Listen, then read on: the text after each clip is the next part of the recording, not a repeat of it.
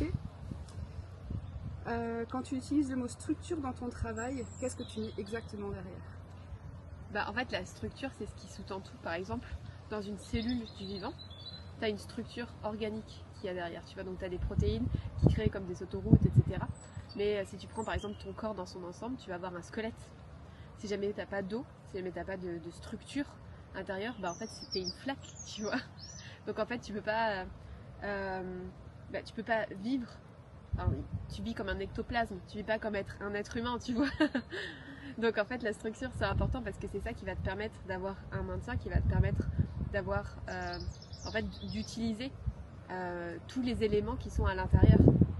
Donc typiquement dans un business, si jamais tu n'as pas de structure, c'est-à-dire tu n'as pas la vision entre un système d'acquisition client, une offre, un écosystème d'offres, des départements à l'intérieur de ton entreprise, de comprendre que tu fais à la fois de la compta, du marketing, de l'admin, etc., du CEO, etc., du technique, et de voir comment est-ce que ça s'agence à l'intérieur.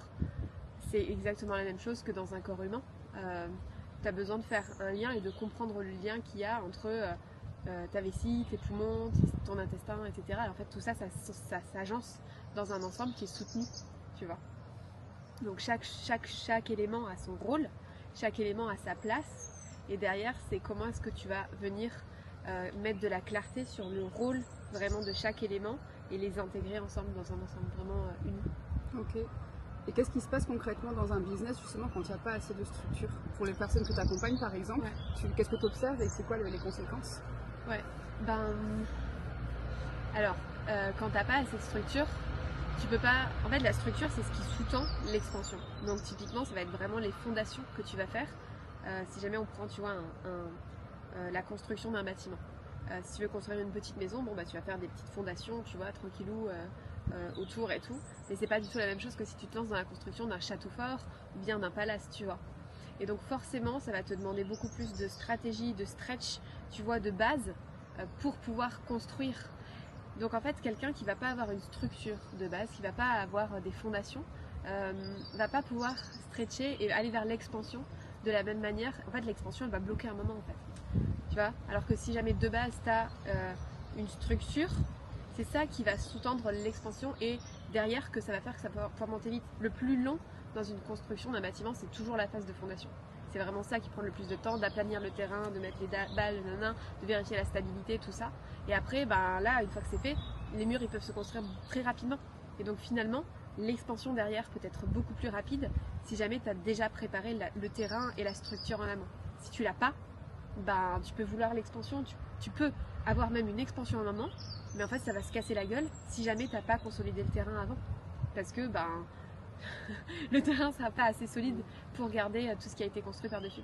Et donc toi, les femmes que tu accompagnes sont des femmes qui ont déjà un projet qui est solide et qui ont envie d'expanser, mais qui ont besoin de remettre de la structure, une structure qui va venir soutenir leur projet. Et aussi les entrepreneuses qui veulent créer une structure pour venir justement poser les fondations pour leur entreprise. Ouais. Souvent en fait quand tu es ambitieuse, quand tu as une vision long terme qui t'emmène dedans, tu vois, et qui fait que ça t'allume le feu intérieur, ça t'allume le désir d'y aller, de créer, etc. C'est génial. Et d'un autre côté, des fois, ça peut même faire peur parce que ça nous emporte dans un truc, on se dit oh, non mais attends, est-ce que c'est pas trop grand, est-ce que c'est possible, etc. Et alors qu'en réalité, justement, c'est hyper important d'être vraiment dans la consolidation de ces fondations et d'aller vraiment aplanir le terrain partout. Et quand je dis le terrain, en fait, c'est ton terrain à toi. Et ça vient sous plein de formats différents. C'est-à-dire que déjà, toi, en tant qu'être humain, c'est toi qui vas être là pour ton entreprise. Si jamais toi, t'es pas là en tant que chef d'entreprise, ton entreprise, elle peut pas se développer. Donc déjà, il y a comment est-ce que tu vas toi. Si jamais t'as pas d'énergie vitale, de base, on peut rien faire. Et du coup, c'est quelque chose qui s'entretient. C'est pas quelque chose où c'est une fois, c'est fait et voilà. Mais derrière, c'est comment est-ce qu'on vient mettre en place des systèmes, comment est-ce qu'on vient être soutenu et pas porter tout toute seule, parce que ça c'est aussi un écueil de beaucoup d'entrepreneurs, femmes en particulier, qui ont cette capacité d'être leader, d'y aller, etc. et de pas pas oser avoir du soutien, de pas recevoir de l'aide, etc. Et donc finalement quand tu te mets en tête que j'y vais, je fonce, en fait tu t'épuises déjà. Donc on revient à la case de départ de j'ai plus de vitalité, mais en plus de ça, j'ai pas de suffisamment d'appui pour pouvoir construire, tu vois. Ok. Et du coup, toi, dans ton accompagnement, c'est ça que tu vas proposer aux femmes, c'est de les aider à créer leur structure, parce que ce qu'on voit dans l'entrepreneuriat, c'est que souvent, tu as des personnes qui ont une structure, et en fait, ils vont offrir leur structure pour venir la caler sur la personne. Est-ce que c'est comme ça que tu travailles, ou est-ce que tu as une autre façon de faire? Ouais, non, c'est pas comme ça. L'idée, c'est vraiment d'aller au service de la personne et d'aller voir, en fait, si jamais, comme si je reprends ton truc de la cabane et du palace, si jamais tu as construit des fondations pour une cabane, ou même si tu l'as fait pour une maison ou un hôtel, mais que tu veux aller au niveau supérieur, ben, à un moment, il va falloir casser des choses, en fait. Donc, en fait, casser la structure, c'est aussi, dans l'invisible, en fait, aller casser les schémas que tu t'es mis, les plafonds que tu t'es mis. Parce qu'en fait, ben, la structure, la dalle de béton que tu as posée à la base, ben, peut-être que, justement, il va falloir aller étendre ses limites. Donc, en fait, étendre ses limites, ça veut dire oser aller casser les limites actuelles. Et donc, du coup, là, on fait aussi du travail de transformation intérieure, énergétique, d'aller changer. Ok, c'est quoi toutes les choses qui limitent ta structure dans l'invisible, tu vois? Et avant de pouvoir reconstruire quelque chose, ça demande d'aller casser ce qui est là en place. Donc ce que tu es en train de dire, c'est que tu travailles à la fois sur le concret, ce qui est visible dans la structure extérieure, mais aussi intérieurement, qu'est-ce qui a à venir faire bouger à l'intérieur, pour venir soutenir ou créer cette structure extérieure. Ouais, tout à fait. C'est les deux. Et c'est indispensable d'avoir les deux parce que l'un n'existe pas sans l'autre. En fait. L'intérieur soutenant l'extérieur et pour que les deux s'entre-nourrissent en fait. Okay. Et si tu avais des codes d'expansion à proposer, ce serait quoi? C'est quoi pour toi l'expansion et c'est quoi des codes d'expansion?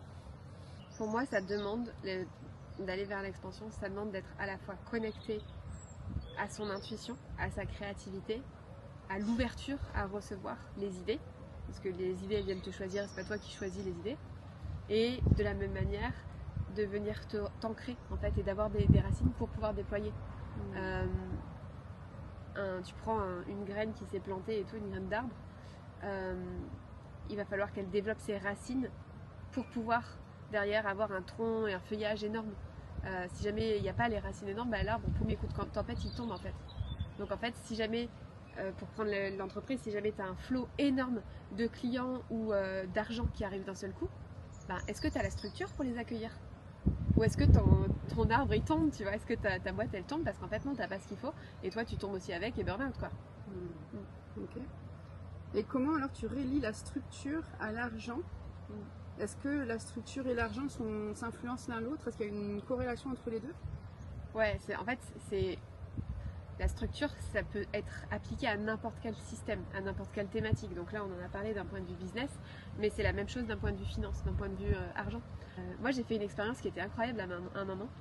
C'est que je me suis rendu compte, j'ai eu la gestion des comptes de quelqu'un d'autre que je devais gérer, en plus des miens. Et donc, c'est comme si à ce moment-là, l'univers, il me dit, est-ce que tu te fais confiance suffisamment pour gérer les comptes de quelqu'un d'autre en plus des tiens? Et d'un seul coup, genre, j'avais plein de comptes en banque à gérer. Et j'avais des flux, des flots financiers, etc. à gérer et tout. Et waouh, tu vois, ça demande comme une responsabilité de est-ce que je peux maintenir ça? Et donc, d'un seul coup, ça te met dans la posture de mais attends, mais ok, vas-y, il y a plus de possibilités de recevoir. Si jamais tu prends une tasse de thé, tu vois, et que tu mets de l'eau dedans, si jamais tu vas la remplir dans la piscine ou au puits ou je sais pas où, en fait il n'y a qu'une contenance maximum. Par contre, si jamais tu prends un saladier, tu vas avoir une contenance qui va être beaucoup plus importante. Et donc en fait, plus tu vas augmenter la contenance et plus tu vas pouvoir recevoir. C'est la même chose qu'avec l'argent. Plus tu vas augmenter la contenance, plus tu vas pouvoir recevoir. Et moi ça, je l'ai vraiment senti quand j'ai vécu ce truc avec les comptes en banque où ok, en fait quand j'ai plus de comptes en banque et quand j'ai plus de possibilités de recevoir, ça vient ouvrir quelque chose de ok, je peux recevoir plus, donc les sous arrivent plus rapidement.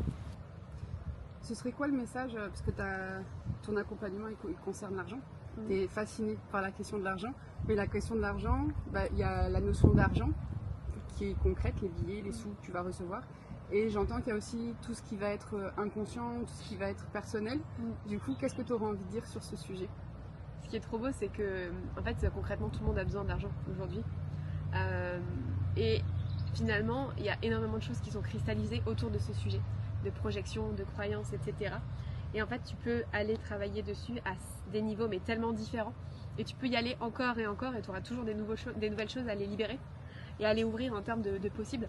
Tu parles d'argent, donc tu es hyper intéressé par la question de l'argent, et tu viens nommer que cette question de l'argent, elle ne vient pas toucher seulement le fait de recevoir de l'argent, il y a aussi tout un tas de choses qui sont dans le champ de l'inconscient. Oui.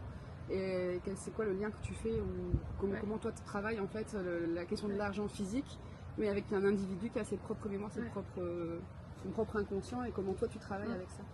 C'est exactement la même chose que ce qu'on disait juste avant, dans le sens où tu peux t'être raconté des choses qui vont bloquer une entrée. Ou bien, tu peux avoir un système où tu vas avoir beaucoup d'argent qui va entrer, mais en fait, dès qu'il rentre, il ressort. Moi, à un moment, ça m'est arrivé, j'ai commencé à manifester beaucoup d'argent, à générer beaucoup d'argent, et je voyais plein d'argent qui rentrait sur mes comptes. C'est génial, en fait, ça ressortait directement. Et au bout d'un moment, je fais les comptes et je fais... Et ils sont passés où ces sous? En fait, c'était des dépenses. Et donc derrière, c'est comment est-ce que je gère ces flux d'argent? Et là, tu vois, c'est un autre type de structure, parce que pareil, si jamais on reprend le métaphore du petit bol ou du saladier, si jamais dans le petit bol, tu as un trou, en fait, tu peux le remplir d'eau, mais en fait, à la fin, il n'y aura plus d'eau. Donc, en fait, est-ce que tu peux contenir cet argent-là? Est-ce que tu peux contenir, tu vois, est-ce que tu as le récipient, mais est-ce que, du coup, tu as la capacité d'accueillir vraiment et de le garder?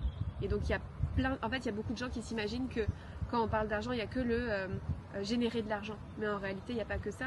Il y a la question de comment est-ce que je fais pour créer de l'argent, pour le générer, comment est-ce que je fais pour l'épargner, pour le contenir, pour le garder, comment est-ce que je fais pour l'investir, pour faire en sorte que l'argent fasse de l'argent. Enfin, tu vois, c'est très très vaste, et donc du coup on oublie souvent qu'il y a tous ces domaines-là. Donc tout ça, ça va aller se chercher à chaque niveau, dans ton inconscient, dans ta structure invisible, qu'est-ce qui aujourd'hui bloque la matérialisation, parce que finalement c'est ça en fait, c'est à chaque fois je viens manifester dans ma réalité, je viens créer dans ma réalité ce que j'ai envie de créer. Mais du coup, ça demande d'aller enlever dans l'invisible les choses qui ont empêché le truc de descendre pour l'instant.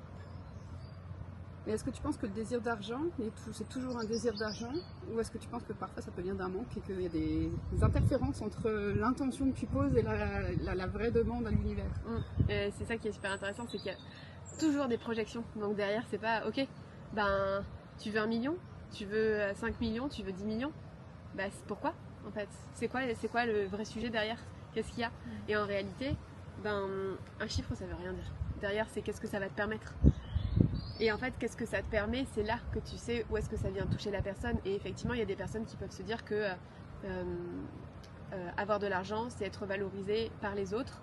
Et donc, du coup, ils ont envie d'être valorisés par les autres. Et donc, ça va partir d'un manque de je me sens pas assez aimé. Donc, j'ai besoin d'avoir de l'argent pour être reconnu, pour être aimé. Tu vois. Et ça peut être plein d'autres choses. Il y a plein de choses différentes. Mais derrière, quand tu mets en évidence ça, tu vois comment faire pour le faire partir depuis un espace qui soit vraiment aligné à tes valeurs et qui ne vienne pas depuis un endroit de contraction ou de limitation qui fait que finalement tu n'auras jamais assez. Et donc du coup, ça va toujours avoir besoin de combler un manque et du coup tu vas tout le temps finalement être dans la poursuite de quelque chose que tu as l'impression que ça va te rendre heureux, alors qu'en réalité quand tu seras pas heureux non plus. Et ça, le nombre de personnes où tu te dis oui c'est bon, j'ai réussi à augmenter mon chiffre d'affaires et donc je génère 10 fois plus. Mais en fait, aujourd'hui, je me sens pas bien, alors que je pensais que quand je serais à ce niveau-là, ça irait. Tu vois? Et du coup, tu t'adresses à qui, toi? Parce que là, tu parles de structure, tu parles d'argent, tu parles d'inconscient. C'est qui les personnes avec lesquelles tu as envie de travailler, avec lesquelles tu kiffes travailler? Et c'est quoi leurs difficultés? Avec quoi elles veulent repartir? C'est des entrepreneurs magiciennes. Je dis magicienne parce que pour moi, il y a beaucoup de femmes qui sont dans cette connexion justement à l'invisible. Il y a des hommes aussi, même s'ils sont plus rares, mais donc du coup majoritairement des femmes, des entrepreneurs qui sont magiciennes, des créatrices qui ont cette capacité de leader en fait, d'aller voir par elles-mêmes là où c'est, de pas rester dans des schémas tu vois, de victimes, etc. Mais vraiment de dire ok, je prends ma responsabilité, j'ai créé déjà, j'ai déjà bâti quelque chose, etc. J'ai déjà bâti mon entreprise, j'ai déjà bâti les fondations d'un patrimoine, j'ai déjà bâti les fondations d'un certain niveau de revenu, tu vois. Et donc derrière, là, tu as un plafond de verre à un moment, parce que justement, tu as bâti, mais sur des fondations qui étaient limitées. Et donc, moi, je vais t'accompagner à aller péter ce plafond, pour aller justement étendre ta structure, pour t'autoriser à recevoir le niveau d'après. Ok. Et du coup, qu'est-ce qui bloque le plus souvent chez ces femmes que tu accompagnes dans leur relation à l'argent ou dans la relation à la structure? Il y a un grand besoin de libérer la gestion de l'émotionnel, d'aller et tu vois, c'est toujours pareil, c'est une itération, c'est-à-dire que tu peux l'avoir déjà fait, mais il y a un niveau d'après d'accepter et d'accueillir tes émotions à un niveau supérieur. Il y a beaucoup de choses en lien avec le fait d'oser se laisser soutenir par les autres, par une équipe, par la vie aussi, par l'argent. Et bah, du coup, se laisser soutenir, c'est vraiment aussi aller incarner pleinement son féminin, tu vois. Chose que beaucoup de chefs d'entreprise sont dans un mode très yang. Et du coup, si elles osaient s'ouvrir à recevoir dans leur yin, bah, en fait, elles pèteraient les plafonds vachement plus rapidement, quoi. Ok. Et tout à l'heure, on parlait des femmes qui n'avaient pas assez de structure. Qu'est-ce que ça crée une entreprise qui a trop de structure, justement, où justement on est enfermé dans, enfin, je dis enfermé, je sais pas si c'est ça, mais il y a trop de structure. Ouais, et justement, c'est super intéressant parce qu'il y a vraiment ce truc. Là, je te parlais du yin, et il y a le yang. En fait, la structure vient vraiment du yang, mais du coup, c'est comment est-ce que je peux faire pour ne pas m'enfermer là-dedans, parce qu'en fait, si tu restes enfermé là-dedans, mais sans te laisser ouvrir aux suggestions, aux possibles, etc., forcément tu vas bloquer une partie, et donc à partir du moment où il y a un blocage, il y a une fermeture, et donc du coup le flux est entaché. Donc du coup l'idée c'est toujours de réussir à jouer entre les deux et de ramener l'énergie de l'un, l'énergie de l'autre, de les entremêler et de faire en sorte que d'harmoniser les deux. Donc une structure peut être enfermante quand elle est là à son excès, mais quand il y a un manque de structure ou qu'elle est mal positionnée, c'est aussi un frein. Okay. Et justement, pour accompagner ces femmes, c'est quoi ta singularité? Qui est Alice Rebière? Qu'est-ce qui fait que j'irai voir Alice Rebière en me disant c'est avec elle que j'ai envie de travailler? Alors pour moi, il y a un côté très ancré, très dans la matière chez moi, et d'un autre côté, justement, le côté très connecté à l'intuition, à l'invisible. Et d'ailleurs, c'est drôle parce que avant, je travaillais dans le domaine du laser, qui est aussi de la lumière invisible, qui vient impacter le visible. Et pour moi, ce fil d'or naviguer entre l'invisible et le visible, en fait, il a toujours été présent dans ma vie. D'aller chercher qu'est-ce qu'il y a à aller modifier, qu'est-ce qui peut aller, qu'est-ce qui peut aller être changé pour venir percuter le visible avec beaucoup plus de justesse sur l'impact qu'on veut aller créer. Donc ça, je le pars depuis avant d'être accompagnante avec ça, mais pour moi, c'est aussi, tu vois, tout ce qui va se jouer sur à travers l'inconscient. Moi, j'ai des outils à travers l'homéopathie de l'inconscient, qui est un outil qui est absolument pas du tout connu, que j'utilise au service des leaders, au service des créatrices, des magiciennes, pour les aider à la fois on amorce un travail conscient d'un côté, avec du coaching, avec du mentorat. À la fois on va d'un côté conscient dans les séances, tu vois, ensemble pour aller libérer les différents obstacles qui se montrent. Et en même temps, il y a un travail à travers l'inconscient avec cet outil du coup de l'homéopathie de l'inconscient qui vient travailler en soutien pour justement changer des choses dans la structure qui ne se montrent pas, ou du coup qu'on n'a pas forcément besoin de faire non plus sortir à la surface,